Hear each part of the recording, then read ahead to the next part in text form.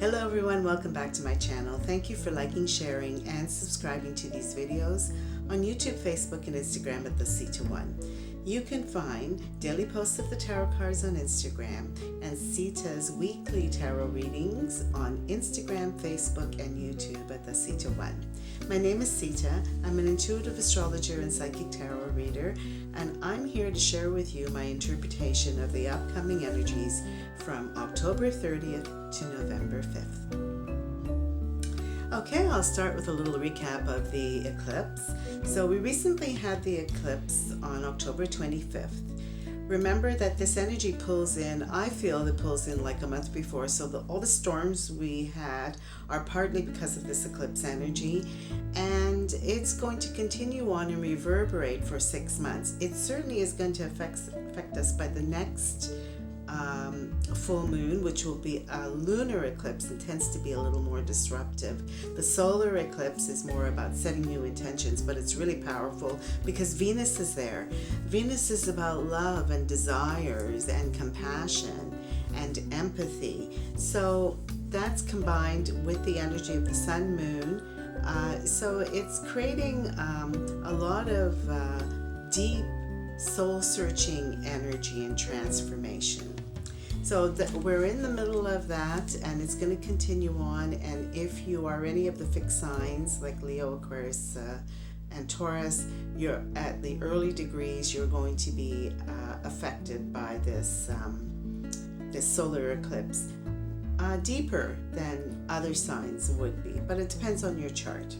So what's the big news? Well, Mars is going retrograde. Now, Mars has a very long transit, between 8 and 25 degrees. Any placements in your chart will be affected. Certainly, if you are an air sign, Libra, Aquarius, it's making these wonderful harmonious aspects to those two signs.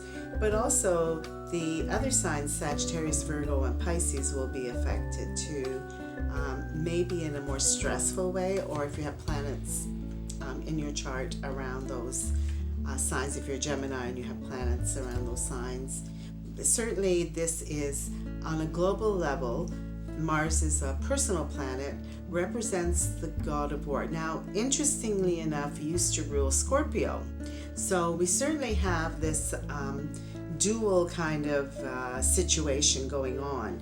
So while he represents anger, he also represents movement. This is kind of the energy and the impulse to get things done. That's what Mars is about. And Mars spends a lot of time in this air sign about communication, about disseminating information, about involving your thoughts and your communication in really various diverse areas of life. But it's slowing down, and it's making aspects too, like to Saturn, or Saturn is making an aspect to Mars. So it's been stationing for a while. It's a very long transit. It will not leave its retrograde position until January 12th and will not leave Gemini until March. And interestingly enough, Saturn will move on from its sign of Aquarius in March. Jupiter has gone back into Pisces, so it will conjunct Neptune. We'll talk about that in a second. So what's happening here? More frustration, making Mars very unhappy. I mean, he doesn't want to be held back, and yet that's exactly what's happening. He's being held back and doesn't like it. And it's, even though there's a trine to the air signs, there's a trine to Saturn, and this is kind of good because Saturn is kind of putting the brakes on things too. And even though it's going in direct motion, it takes a long time before it kind of catches up to a full direct motion. So it's also saying, hey, we all need collectively to sit down and work out a plan. And Mars is giving us the time to go back and look at information from the past, or what we thought, our perception of what was going on and what was being communicated, and readjust our plan. So keep that in mind, that even the anger is going to increase. You'll see this. Mars is about movement too, so just watch out for those other drivers. Double check before you cross the street.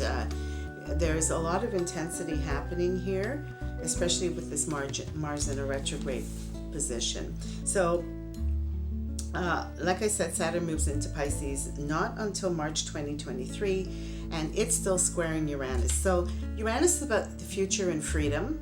Saturn is about looking at the old patterns, doing it the old way, sticking to responsibility and what is called reality, and preparing for those future events. So we see Uranus changing the way we live globally, and what we think is our security is no longer, and that's shifting. You can see it in the housing market, you can see it in other global economic situations. I always bring up Bitcoins, it's a perfect example. But Saturn is saying, hey, let's do it in a way that is beneficial for everyone. And I think I've talked about this before, about greed, the shift from a certain amount of people holding along and allowing others into the game too, and having them benefit others, taking care of others. So here Mars is going to provide this rationality for things. Mars is moving backwards and forcing us to re-examine what our thoughts.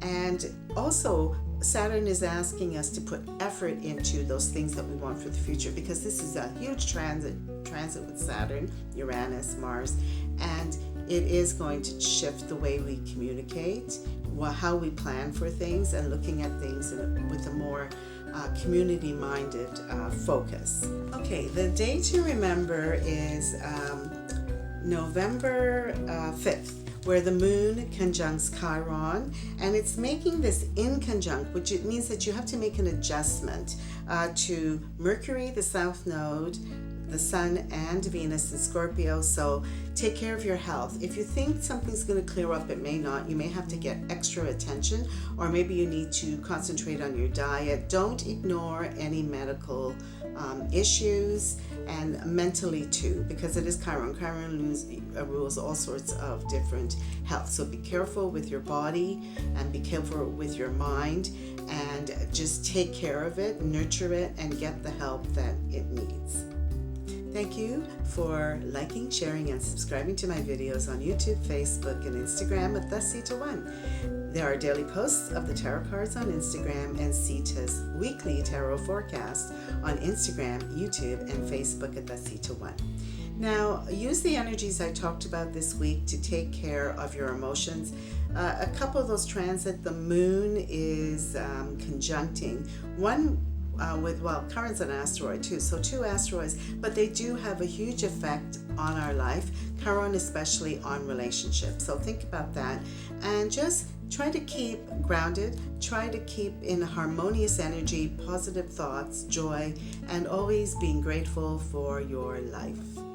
Remember to take care of yourself and others, and I'll see you next time.